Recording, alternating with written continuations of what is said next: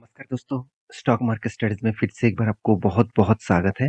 तो आज यहाँ पे मैं डिस्कशन करूँगा कुछ इम्पोर्टेंट कंपनी के अपडेट और टेक्निकली चार्ट पैटर्न्स के बारे में। तो इस वीडियो को लास्ट तक देखिएगा और अभी तक अपने चैनल को सब्सक्राइब नहीं किया तो सबसे पहले सब्सक्राइब कर लीजिएगा क्योंकि बहुत सारे इन्फॉर्मेशन अपडेट्स इसी चैनल के माध्यम से आपको कंटिन्यूसली मिलता रहेंगे। तो चलो देख लेते हैं आज के स्टॉक के डिटेल्स के बारे में। सबसे पहले मैं बात करूँगा इंडिया मार्ट के बारे में। देखिए, इंडिया मार्ट एक ऐसी कंपनी है जो बी टू बी बिजनेस करने वाला एक अकेला कंपनी है और वो भी ऑनलाइन प्लेटफॉर्म का। तो बी टू बी बिजनेस का मतलब क्या है? बिजनेस टू बिजनेस का मतलब क्या है? मान के चलिए कोई भी व्यक्ति खुद का कोई प्रोडक्ट है, उस प्रोडक्ट को वो बेचना चाहते हैं, तो उसका कस्टमर कहाँ पे मिलेगा? उसको तो कस्टमर वो डायरेक्टली ऑनलाइन से मिल नहीं सकता। तो इसीलिए इंडिया मार्ट के थ्रू, मतलब इंडिया मार्ट मीडिएटर के हिसाब से काम करेंगे। वो कस्टमर से माल लेकर वो बेचेंगे किसको? मतलब किसको बेचेंगे नहीं, उसको कोलैबोरेट किसके साथ कर देंगे? जो सेलर्स है। मतलब यहाँ पे प्रोडक्ट जो बेचने वाले हैं और जो बाय करने वाले हैं, तो दोनों के साथ कोलैबोरेट यहाँ पे कर रहा है। तो बी टू बी बिजनेस का इसी तरीके से मॉडल्स कंपनी बना के रखा। तो ये जो मॉडल्स है, मुझे ऑब्वियसली इस मॉडल्स बहुत पसंद लगते हैं क्योंकि इसमें कंपनीज के ऊपर कोई ज़्यादा से ज़्यादा घाटा नहीं होगा, क्योंकि कंपनी का खुद का प्रोडक्ट नहीं है। अगर कोई बेच रहा है, कोई खरीद रहा है, तो डायरेक्टली उसके पास ही माल जाएगा। जब वो पैसा पेमेंट करेंगे, अगर गलत प्रोडक्ट भेज दिया तो वो पैसा रिफंड भी हो जाएगा। तो इस तरीके से कोई भी काम करे तो डायरेक्टली कमीशन किसको मिलेगा? इंडिया मार्ट के मिलेगा, क्योंकि India mart as a mediator हिसाब से काम कर रहा है। तो इसमें ज़्यादा से ज़्यादा आपको घाटा देखने को नहीं मिलेगा। मैं आपको घाटा देखने को ना मिलने का कारण मैं आपको समझाता हूँ। देखिए, कंपनी का सेल्स में लगातार इंक्रीज़ हुआ। लास्ट जून मंथ में भी कंपनी पिछले सालों की तुलना से भी कंपनी का सेल्स इंक्रीज़ किया और उसके साथ कंपनी का मार्च क्वार्टर से भी सेल्स को इंक्रीज़ किया। एक्सपेंस के बारे में बात करूँ, देखिए एक्सपेंस को किस तरीके से कंपनी ने कंट्रोल किया। तो जब एक्सपेंस कंट्रोल में है, सेल्स ज़्यादा हो रहा है, उसके साथ प्रॉफिट मार्जिन भी देखिए, ऑपरेटिंग प्रॉफिट मार्जिन भी देखिए 28% के आसपास कंटिन्यू वो जर्नी कर रहा है। तो जब हर दिशा में कंपनी का प्रॉफिट मार्जिन इंक्रीज हो रहा है, इस बार कंपनी हाईएस्ट प्रॉफिट इंक्रीज किया क्वार्टरली। आज तक की क्वार्टर में जितने सारे प्रॉफिट्स हुए, वो सारे प्रॉफिट्स को कंपनी ने ब्रेक कर दिया। तो इसलिए मैं इस कंपनी के ऊपर बहुत बुलिश हूँ, क्योंकि कंपनी सिर्फ क्वार्टर में नहीं, कंपनी का साल भर भी डेटा दिखा दूँ तो पहले कंपनी कंटिन्यूसली लॉस करता था। कब क्यों लॉस किया? क्योंकि जब बिजनेस कोई भी स्टार्ट होता है, तब बिजनेस की जो मैनेजमेंट का काम ही है। आज आज मान के चलिए जोमेटो, जोमेटो फर्स्ट टाइम, जोमेटो क्या किया? फर्स्ट टाइम इस क्वार्टर में 2 करोड़ का प्रॉफिट किया। आज तक कंपनी एक बार भी प्रॉफिट नहीं किया। आपको लग रहा है सर 2 करोड़, कोई बात नहीं, 180 करोड़ 190 करोड़ के आसपास वो लॉसेस करते थे, जहां से डायरेक्टली 2 करोड़ का प्रॉफिट हुआ। तो सेम टू सेम, जब नया स्टार्टअप आते हैं, नया कंपनी आते हैं, तो उसको मैनेजमेंट को पहले एक्सपेंस करना पड़ता है ज़्यादा, मार्केट को कैप्चर करने के लिए, मार्केट को समझाने के लिए कि हाँ, मेरे भी बिजनेस है, उसके एडवर्टाइजमेंट अलग कुछ बहुत सारे एक्सपेंसेस हो जाते हैं। तो जिसके चलते कंपनी का प्रॉफिट लॉसेस में चला जाता है। तो वो धीरे धीरे करके वो मार्केट को कैप्चर करते हैं, मैनेजमेंट स्ट्रांग होता है, उसके बाद प्रॉफिट जर्नी भी पॉजिटिव देखने को मिलता है। तो रही बात कंपनी का सेल्स ग्रोथ, देखिए कितना शानदार है, प्रॉफिट ग्रोथ कितना शानदार है, रिटर्न ऑफ इक्विटी भी शानदार है और कंपनी आपको अच्छा खासा रिटर्न्स भी दिए। 3 साल में 30%, एक साल में 40% से भी ऊपर। तो जब कंपनी में इतने सारे चीज अच्छा देखने को मिला, उसके साथ कंपनी का रिजर्व भी नेगेटिव से पॉजिटिव में आ गया और वो भी हाईएस्ट रिजर्व देखने को मिला। एक बोरिंग्स भी ना के बराबर है, फिक्स एसेट भी बढ़ते जा रहे हैं और कंपनीज के ट्रेड रिसीवेबल के बारे में बात करें तो कंपनी के इस बार ट्रेड रिसीवेबल कितना? 2 करोड़ के। देखिए, यहाँ पे ट्रेड रिसीव होने का कोई बात नहीं है, क्योंकि कंपनी एज ए मीडिएटर के हिसाब से काम करते हैं, तो उस हिसाब से ट्रेड रिसीव का कोई डेटा आपको देखने को नहीं मिलेगा। तो ओवरऑल इस कंपनी के ऊपर इन्वेस्टर की जो राय है आप देखेंगे, तो कंपनी में दम है, तो इसलिए इंस्टीट्यूशन भी टिके हुए हैं। जैसे एफआईएस ने क्या किया, खुद का होल्डिंग्स को देखिए हर क्वार्टर्स में कंपनी का ऊपर होल्डिंग्स को बढ़ाते जा रहे हैं, हर क्वार्टर्स में। इस बार भी छोटा मोटा स्टेक यहाँ पे उन्होंने बढ़ाया। उसके साथ साथ डीएस के पास भी होल्डिंग्स है, पब्लिक के पास भी होल्डिंग्स है और प्रोमोटर के पास भी होल्डिंग्स है। हाँ, आप कह सकते हैं कि सर प्रोमोटर के पास जो होल्डिंग्स है वो 51 के पास 1% के ऊपर नहीं है, तो प्रोमोटर के तो हाथ से राय चले जाएंगे? बिल्कुल भी नहीं। प्रोमोटर के पास मेजोरिटी स्टेक किसके पास है? प्रोमोटर के पास है। तो प्रोमोटर कुछ डिसीजन जरूर ले सकते हैं। तो हाँ, ऑब्वियसली एफआईएस और डीएस को और पब्लिक को पूछ कर ही लेना पड़ेगा, क्योंकि उसके पास मेजोरिटी स्टेक होने के बाद भी 51 के ऊपर स्टेक होल्डिंग्स नहीं है। तो आज नहीं तो कल फिर से वो बाई ले ले आएंगे और फिर से वो शेयर खरीदारी कर लेंगे। तो आज तक कंपनी एक बार बायबैक लेके आए थे 2010 में, उसके बाद आज तक बायबैक नहीं लेके आए।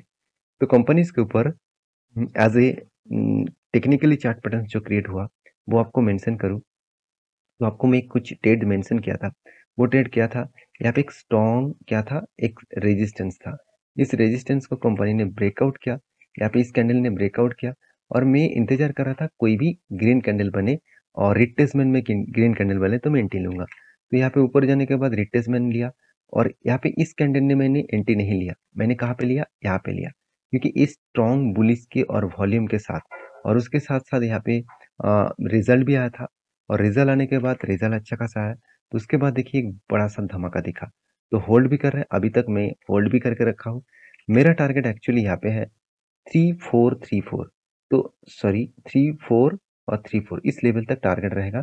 और अगर मेरे एंट्री लेवल से टारगेट तक मैं मार्किंग कर दूं तो ओवरऑल इसका टारगेट मिल सकता है मुझे 27% के आसपास।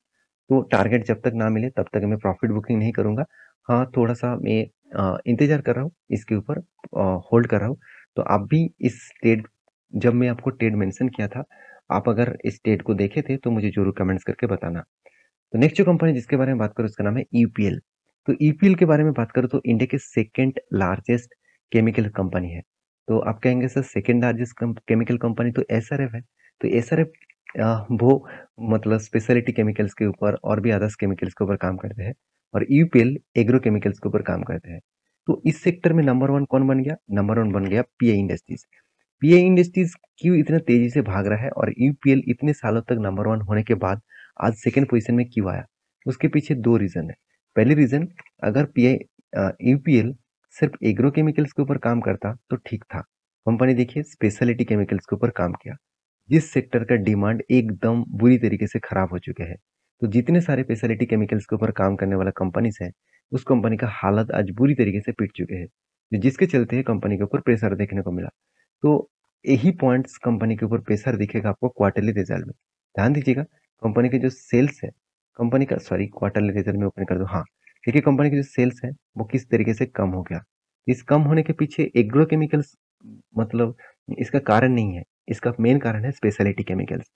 तो कंपनी के देखिए सेल्स ग्रोथ कम हुआ, एक्सपेंस भी कंपनी कंट्रोल में तो किए मगर कम उतना ज़्यादा कंट्रोल नहीं कर पाया, इसलिए नेट प्रॉफिट जो है 1000 करोड़ से कितना बना, 100 करोड़।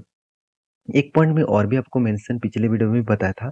देखिए जिस सालों में मतलब जिस क्वार्टर में देखा जाए सबसे ज़्यादा मतलब प्रॉफिट डाउन होते हैं और सेल्स कम होते हैं, तो उस टाइम देखा जाए तो टैक्सेस भी कंपनी क्या करते हैं, ज़्यादा पेमेंट कर देते हैं, क्योंकि उसको ये दिखाना है कि कंपनी के ऊपर प्रेशर है। तो इसीलिए लोग क्या करेंगे, डर के मामले में पब्लिक माल बेचेंगे, और जब नीचे लेवल में आएगा वहां से ऑपरेटर और बड़े बड़े इंस्टीट्यूशन खरीदारी करेंगे।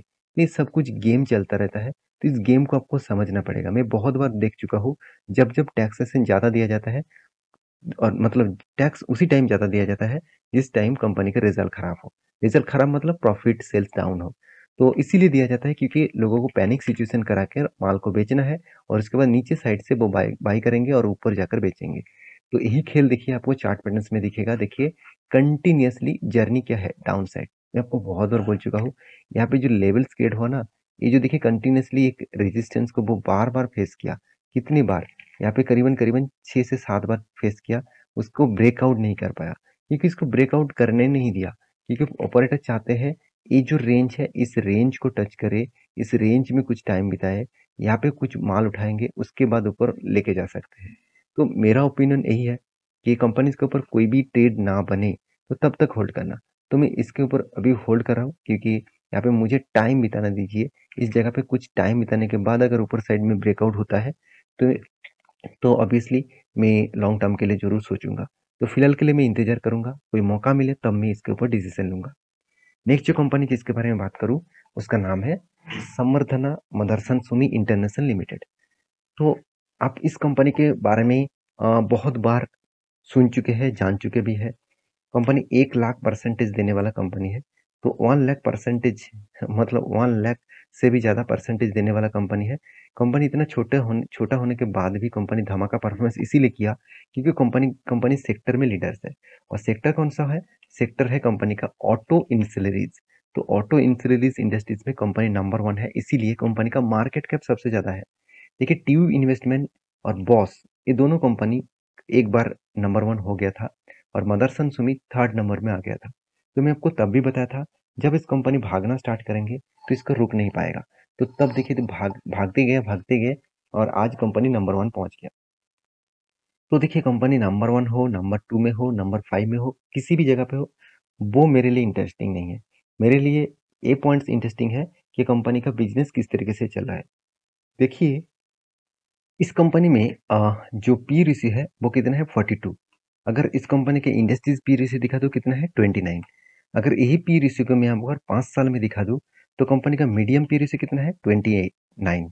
इसका मतलब कंपनी का जो करंट पी रेशियो है और कंपनी का 5 साल की एवरेज पी रेशियो है उसमें बहुत बड़ा फर्क है। तो इसलिए मैं इस कंपनी के ऊपर अभी ओवर वैल्यूड, मतलब ओवर वैल्यूड जरूर कहूंगा, क्योंकि कंपनी ओवर वैल्यूड हो चुके हैं। तो कंपनी अभी पी रेशियो को थोड़ा सा करेक्शन दिखा सकते हैं। अगर पी रेशियो में करेक्शन हो तो शेयर प्राइस में भी करेक्शन हो सकते हैं। तो कंपनी के क्वार्टरली रिजल्ट जो आया इस बार वो आप देखेंगे तो पिछले सालों में 17,600 करोड़ के आसपास सेल हुआ था। इस बार वो बढ़ के हो चुके 22,400 करोड़ के आसपास। और उसी तरीके से एक्सपेंस 16,500 करोड़ के आसपास हुआ था और इस बार एक्सपेंस हुआ 20,500 करोड़। तो ओवरऑल कंपनी का जो टोटल नेट प्रॉफिट के बारे में बात करूँ तो 180 करोड़ से बन चुके हैं 650 करोड़ के आसपास। तो कंपनीज की जो प्रॉफिट रेशियो का ग्रोथ हुआ वो ईयर ऑफ ईयर बेसिस में बहुत शानदार तरीके से ग्रोथ हुआ। तो मैं इसलिए इस कंपनी के ऊपर बहुत पॉजिटिवली थिंकिंग रखता हूँ, क्योंकि कंपनी जब काम होता है, देखिए आज ऑटो सेक्टर बूम में है और मैं बहुत बार बोल चुका हूँ 2023 तक ऑटो सेक्टर इतना भागेगा कि आप सोच नहीं सकते। तो सॉरी 2023 से लेकर 2030 तक इस टाइम में ऑटो सेक्टर इतना तेजी से भागेगा आप सोच नहीं सकते। तो ऑटो सेक्टर जब भागेगा तो इस कंपनी का भी ऊपर तेजी देखने को मिलेगा, क्योंकि एक ऑटो इंसुलेरिज कंपनी है। ऑटो गाड़ियों में जितने सारे पेयर पार्ट्स लगाए जाते हैं तो उसका ही प्रोडक्ट ये कंपनी बनाते हैं। तो सारे के सारे प्रोडक्ट्स नहीं, ज्यादातर प्रोडक्ट यही कंपनी बनाते हैं। तो कंपनी के कैश फ्लो के बारे में बात करूँ, देखिए ऐसे नहीं लगेगा कि कंपनी सिर्फ माल ही बेच रहा है, कंपनी के हाथ में पैसा नहीं आ रहा है।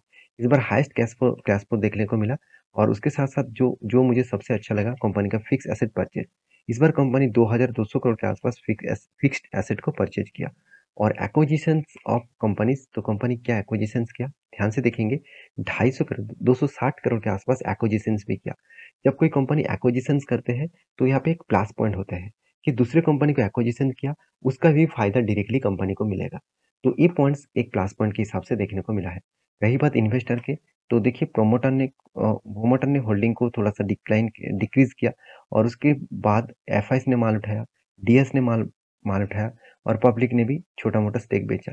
तो डीएस और एफआईएस माल उठाया, इसका मतलब इंस्टीट्यूशन चाहते हैं इस कंपनी के ऊपर लॉन्ग जर्नी के लिए रहना चाहते हैं। तो रही बात इस कंपनी के चार्ट पैटर्न्स का, वो आपको मैं दिखा दूं। आप देखेंगे तो कुछ लेवल्स मैंने आपको मेंशन किया था। आपको मैं ये भी बताया था कि यहाँ पे एक स्ट्रॉन्ग रेजिस्टेंस है, जब इस रेंज को ब्रेकआउट किया तब यहाँ तक जरूर जाएगा। तो उसकी बात मैंने आपको एक हायर लेवल में रेंज बना के दिया। वो रेंज क्या है, इस जहाँ पे अभी है इस कंपनी जहाँ पे अभी है यहाँ पे क्या करना पड़ेगा, कंपनी को थोड़ा सा टाइम बिताना पड़ेगा। टाइम बिताने के बाद अगर हायर लेवल को ब्रेकआउट करते हैं कोई स्ट्रॉन्ग कैंडल के साथ तो एक बड़ा सा रैली आपको दिखेगा और नेक्स्ट टारगेट जो रहेगा 122, मतलब इस लेवल तक वो आ सकते हैं। और रही बात कंपनी का चार्ट पैटर्न्स का, तो यहाँ पे आप ध्यान से देखेंगे तो यहाँ पे एक शोल्डर बना और उसके बाद एक बिग हेड बना उसके बाद यहाँ पे अगर कोई छोटा सा शोल्डर क्रिएट कर दे तो कंफर्मेशन हो जाएगा, एक बड़ा सा मोमेंटम यहाँ पे मिल सकता है। तो मैं उसी दिन का इंतजार कर रहा हूँ, उसी टाइम का इंतजार कर रहा हूँ। मैं चाहता हूँ कि यहाँ पे थोड़ा सा करेक्शन होने के बाद यहाँ पे एक शोल्डर क्रिएट करे। तो जब शोल्डर कंफर्म हो जाएगा तो एक बिग अपॉर्चुनिटी यहाँ पे मिल सकते हैं, यहाँ पे बड़ा सा एक टारगेट मिल सकता है। तो नेक्स्ट जो कंपनी जिसके बारे में बात करूँ उसका नाम है रेमिडियम लाइफ केयर लिमिटेड। देखिए इस कंपनी के ऊपर मैं पहले भी वीडियो आपको बना के दिया और मैं तब भी आपको बताया था कि कंपनी ने धमाका परफॉर्मेंस करने के बाद इसका जो मैनेजमेंट टीम है वो कुछ अलग तरीके से सोच रहा है, क्योंकि देखिए इसका प्रोमोटर के पास होल्डिंग्स तो है, ज्यादा से ज्यादा होल्डिंग्स किसके पास है, पब्लिक के पास। पूरा का पूरा माल पब्लिक के पास है। तो जब कोई किसी कंपनी के ऊपर पब्लिक का होल्डिंग सबसे ज्यादा होते हैं तो उस तरीके से कंपनी से मेरे हिसाब से दूरी रहना बेस्ट है, क्योंकि पब्लिक पैनिक सिचुएशन जब मार्केट में होता है तब माल बेचकर भाग जाता है। जब मतलब लगातार भागते रहते हैं शेयर, तब वो माल को खरीदते हैं। तो इसलिए पब्लिक के ऊपर डिपेंड करके किसी कंपनीज के ऊपर निवेश करना सही नहीं होगा। तो रही बात कंपनीज के ऊपर, कुछ दिनों पहले कंपनी के ऊपर क्या दिया था, बोनस दिया गया था जुलाई में। 28 जुलाई में हर 5 शेयर में आपको 9 शेयर मिला था। वो मैं आपको एज ए मतलब अपडेट्स भी दिया था। और फिर से कंपनी क्या करने वाला है, 1 सितंबर में कंपनी खुद का फेस वैल्यू को स्प्लिट करने वाला है। 10 का फेस वैल्यू अभी 5 बनने वाला है। इसका मतलब आपको हर एक शेयर में आपको 2 शेयर मिलने वाले हैं। तो जितने सारे शेयर होल्डर्स हैं उसको तो फायदा मिलेगा। अगर आप नया शेयर होल्डर्स है, मतलब नया निवेश करने के लिए सोच रहे हैं, तो प्लीज कंपनी के ऊपर स्टडी करके काम करना, क्योंकि इस तरीके से कंपनी से दूरी रहना मेरे लिए सही रहेगा। क्योंकि जहाँ पे ऑपरेटर ही मतलब प्रोमोटर कोई नहीं है, एफआईस कोई नहीं है, डीएस कोई नहीं है, सिर्फ सिर्फ पब्लिक ही इसको ऑपरेट कर रहा है। तो बाकी आप समझदार है, आप उसके हिसाब से काम करिए जिस हिसाब से आप एनालिसिस करके काम करते हैं। तो ये वीडियो टोटली एजुकेशन पर्पस में था, कोई बाय एंड सेल का रिकमेंडेशन नहीं था। क्योंकि मैं कोई सेबी रजिस्टर्ड पर्सन नहीं हूँ कि मैं आपको बाय एंड सेल का रिकमेंडेशन करूँ। काम करना ही है तो आपके रिसर्च के हिसाब से, आपके रिस्क के हिसाब से काम करिए। मिलते हैं नेक्स्ट वीडियो में, तब तक के लिए अच्छे से रहिए, अपने ख्याल रखिए। धन्यवाद।